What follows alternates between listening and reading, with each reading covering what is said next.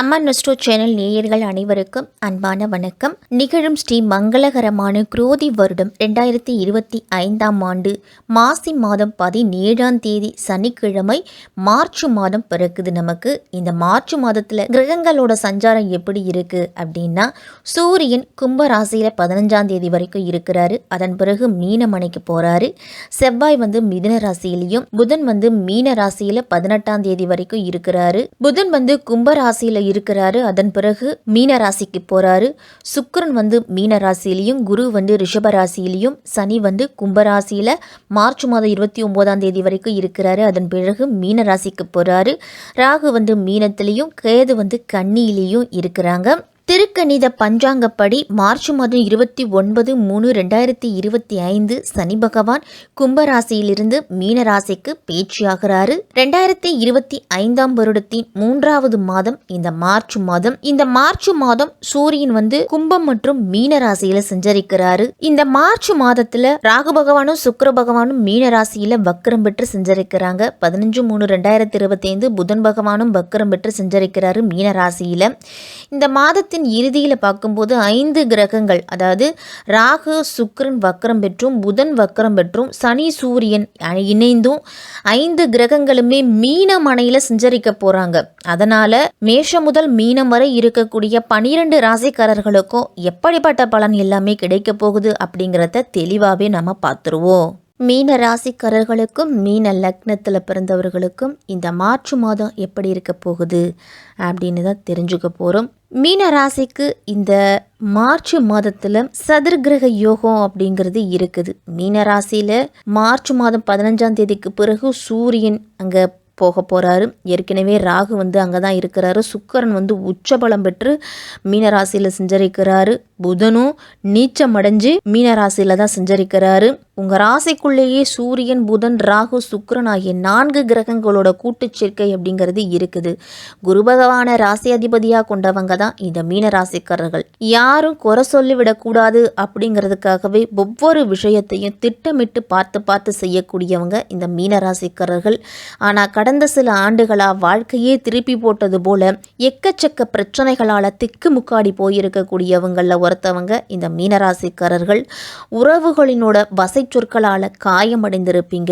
கடன் சுமை அப்படிங்கிறது கழுத்தை நெரித்திருக்கும். நிறைய பொருள் இழப்பு ஏற்பட்டிருக்கும். ஜென்மஸ்தானத்தில் சுக்கிரன் உச்சநிலை, புதன் நீச்சமாக இருக்கிறாரு. அப்போ நீச்சபங்க ராஜயோகம் அப்படிங்கிறது மீனராசிக்காரர்களுக்கெல்லாம் இருக்குது. இந்த மார்ச் மாதத்தில் இழந்த சுய கௌரவத்தை மீட்டு கெடுக்கக்கூடிய காலகட்டமாக இந்த மார்ச் மாதம் இருக்கும். தொழிலில் இழந்த செல்வாக்க மீண்டும் பெறுவீங்க. புதிய ஒப்பந்தங்கள் கிடைக்கும். அதே மாதிரி கடந்த காலங்களில் உங்களுடைய அருமையை புரிந்து கொள்ளாதவர்கள் கூட தற்போது உங்களை பற்றி புரிந்து தேடி வருவாங்க. விட்ட இடத்திலிருந்து வெற்றி கணக்கு அப்படிங்கிறத தொடங்க போறீங்க. மாத தொடக்கத்தில் உங்கள் ராசிநாதன் குரு சகாயஸ்தானத்தில் பலம் பெற்று செஞ்சிருக்கிறார். அது மட்டுமல்ல, தனாதிபதி செவ்வாயும் வக்கர நிவர்த்தியாகிட்டாரு. எனவே சென்ற மாதத்தை காட்டிலும் இந்த மாதம் உங்களுக்கு சிறப்பாகவே இருக்கும். செய்யும் தொழிலில் எதிர்பார்த்ததை காட்டிலும் கூடுதல் லாபம் அப்படிங்கிறது கிடைக்க போகுது. நீடித்த நோயிலிருந்து நிவாரணம் அப்படிங்கிறது கிடைக்கும். நினைத்த காரியத்தை நினைத்த நேரத்தில் செய்து முடிக்கும் ஆற்றல் அப்படிங்கிறது உண்டு. உங்களுடைய வளர்ச்சி நண்பர்கள் உறுதுணையா இருப்பாங்க. தொழிலில் லாபம் அப்படிங்கிறது அதிகரிக்கும். தொழிலில் நான் தான் ராஜா என்பது போல நீங்க முன்னேறுவீங்க. உத்தியோகத்தில் பதவி உயர்வு, சம்பள உயர்வெல்லாம் கிடைக்கும்.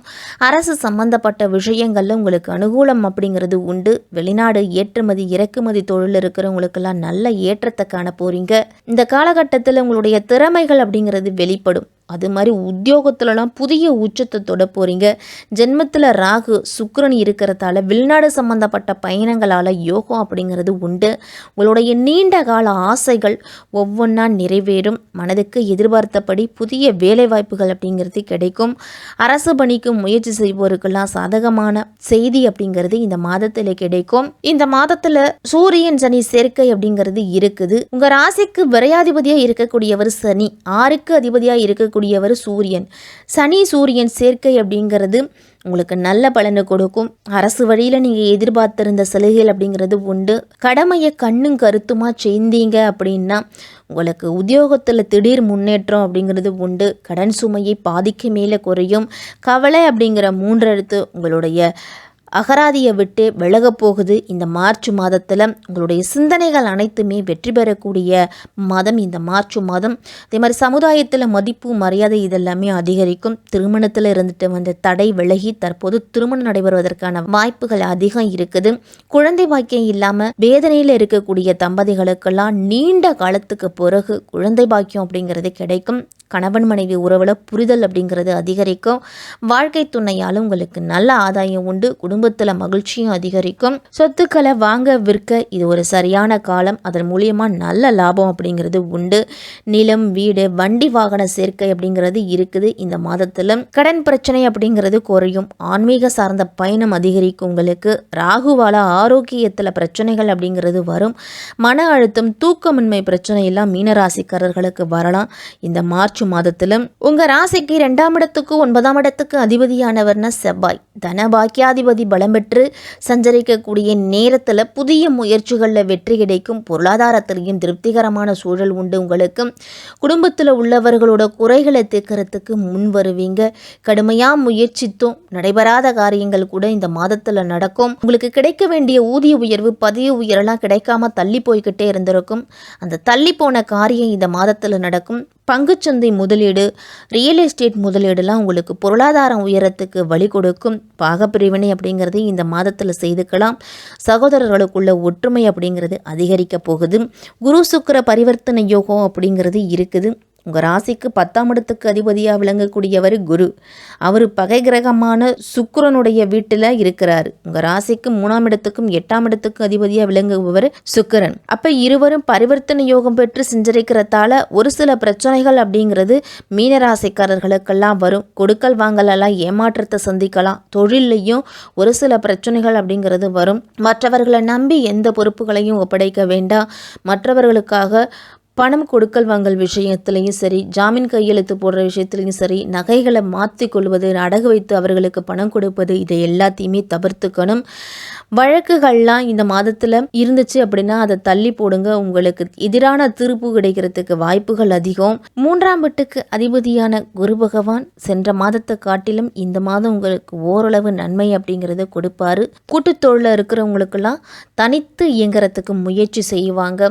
கூட்டுத்தொழில் வேண்டாம், நம்ம தனியாக போய் தொழில் வச்சு நடத்தலாம் அப்படிங்கிற எண்ணம் அதிகரிக்கும். மாணவர்களுக்கெல்லாம் கற்றுக்கொள்ளக்கூடிய திறன் அப்படிங்கிறது குறைவாக இருக்கும். படித்தது ஞாபகம் இல்லாமல் போகலாம். இல்லை உங்களுடைய கவனம் அது சிதறலாம். ஆசிரியர்களும் பெற்றோர்களும் சொல்லுறதை கேட்டு நடங்க. மாணவர்கள்லாம் பொதுத் தேர்வு நெருங்கிக்கிட்டு இருக்குது அப்படிங்கிறதால ரொம்ப ரொம்ப கவனமாக இருக்கணும். மாணவர்கள் உங்களுடைய லட்சியத்தை நோக்கி அடுத்தடி எடுத்து வைக்க போறீங்க. உங்களுடைய வாழ்க்கையின் எதிர்கால தேவைகளை பூர்த்தி செய்து கொள்றதுக்கு படிப்பு அப்படிங்கிறது ரொம்ப ரொம்ப முக்கியம். அதனால படிப்புல கவனத்தை செலுத்துறது ரொம்ப அவசியம். திருமண வாழ்க்கையிலையும் சில பிரச்சனைகள் அப்படிங்கிறது இருக்கும். கணவன் மனைவிக்குள்ளலாம் உங்களுடைய முயற்சிகள் மற்றும் திருமண வாழ்க்கையில் பிரச்சனைகள் ஏற்படாமல் பார்த்துக்கிறது தான் நல்லது. உங்கள் லாப வீட்டுக்கு அதிபதியான சனி 12ஆம் வீட்டில் குரு இருக்கிறாரு. இந்த நேரத்தில் வருமானம் அதிகமாக இருந்தாலும் அந்த அளவு செலவுகளும் உங்களுக்கு இருக்கும். இந்த மாதம் ஆரோக்கியத்தில் கவனமாக இருக்கணும். புதன் மற்றும் ராகுவால் எதிர்மறை தாக்கம் அப்படிங்கிறது அதிகமாக இருக்கும். எதிர்மறை சிந்தனைகள் அதிகமாக வரும். அதனால் அதையெல்லாம் தவிர்த்துக்கிட்டு நேர்மறை சிந்தனைகளை அதிகம் வளர்த்துக்குங்க. பிரதோஷ நாட்களில் சிவபெருமான் வழிபாடு மீனராசிக்காரர்களுக்கு சிறப்பான வாழ்க்கையை கொடுக்கும்.